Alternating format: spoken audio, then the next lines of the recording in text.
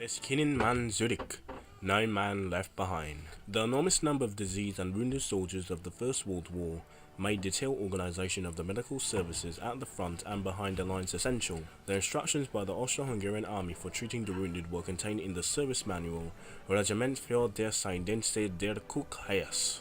Regulations for the field service of the Kaiserlich und Kaiserlich or KAK army. The Austro-Hungarian army had mobilized field hospitals, trains and even ships, as well as fixed facilities at the front and behind the lines. There were also medical equipment depots and infrastructure for medical organizations like the Teutonic Knights, Knights of Malta or the Red Cross. They had their own medical orderlies, field hospitals, even hospital ships and mobile material depots. The medical staff had to be close to the front so as to be able to provide first aid to the wounded, who were bandaged or even operated on if necessary at improvised sites just behind the lines. The main centre of the medical corps in the field were the bandaging rooms in a divisional ambulance station.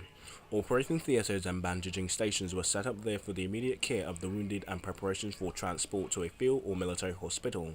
At the start of the war, the Austro-Hungarian army had 160 field hospitals for 200 patients each, 104 mobile reserve hospitals to treat 200 seriously wounded patients each, and 47 field hospitals to treat roughly 500 lightly wounded soldiers each. In 1917, the mobile reserve hospitals and the field clinics were transformed into field hospitals.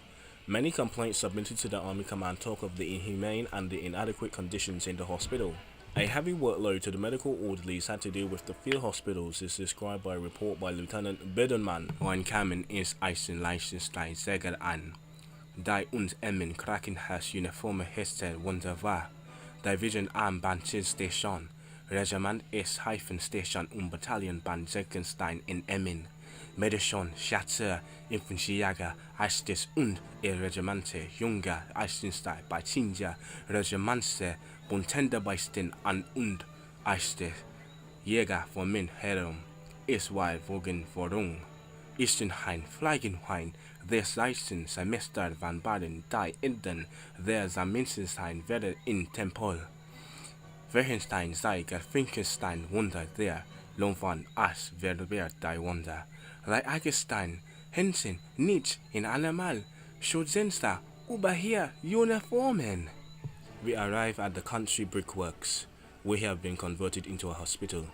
Divisional ambulance stations, regiment first aid stations and battalion bandaging stations in one. Medical orderlies, infantry stretcher bearers and doctors from 4 regiments, junior, doctor, consultant, regimental doctors and staff doctors. Everyone milling around, it is utter confusion. Second semester, 1 year volunteer, joining together to the end of the torn veins in the temple. Scoring up the most dangerous wounds, the senior staff doctor bandaged grazing wounds. The doctors didn't even have aprons over their uniforms. At the capacity of the field hospitals, they were also limited. The wounded had to be transported as quickly as possible to hospitals away from the front in hospital trains or ships. Because of the lack of transport, this was very difficult, forcing the medical personnel to improvise. Only the seriously wounded could be transported away from the front. Soldiers with minor injuries were treated in clinics behind the lines and sent back to the front as soon as they had recovered. Many soldiers who were medically unfit, either psychologically, mentally, or even physically with torn body parts and limbs, they had to serve at the front even though they could not recover.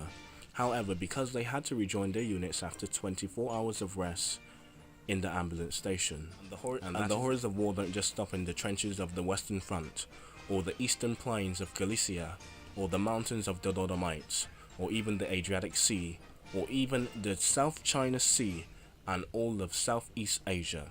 Whether you have a limb missing or a bullet wound to the knee, there's no guarantee that you'll be treated. Doctors tending to medial wounds while nurses are doing serious surgery. Heidenmann has made the perfect description of a medical hospital in World War One. And there you go, that's the pilot for World War One hospitals. I don't know, we could call it Scrubs, we could call it Dr. Oz, we can call it, I don't know, let's have some fun with it. Let's see, I don't know, what should we call medical hospitals of World War One? Hospitals with a Z, or some random nonsense. But remember, just because you're not at the front doesn't mean you're not prone to gas, shelling, artillery, and even people breaking through your lines and getting to the field hospital. The Geneva Conventions and the Accords do not matter in modern war. Anyway, a bit dark. Austria Hungry is getting really dark. Like, This has to be a quick season because this gets really dark. And I know all medical hospitals have amputees and stuff like that.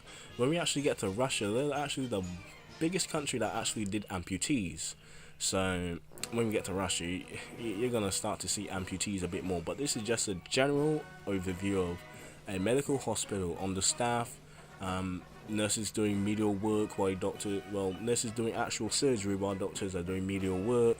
We might touch on the influenza outbreak, but that might be an actual special episode instead of just being part of medicine of World War One. But yeah, here we go.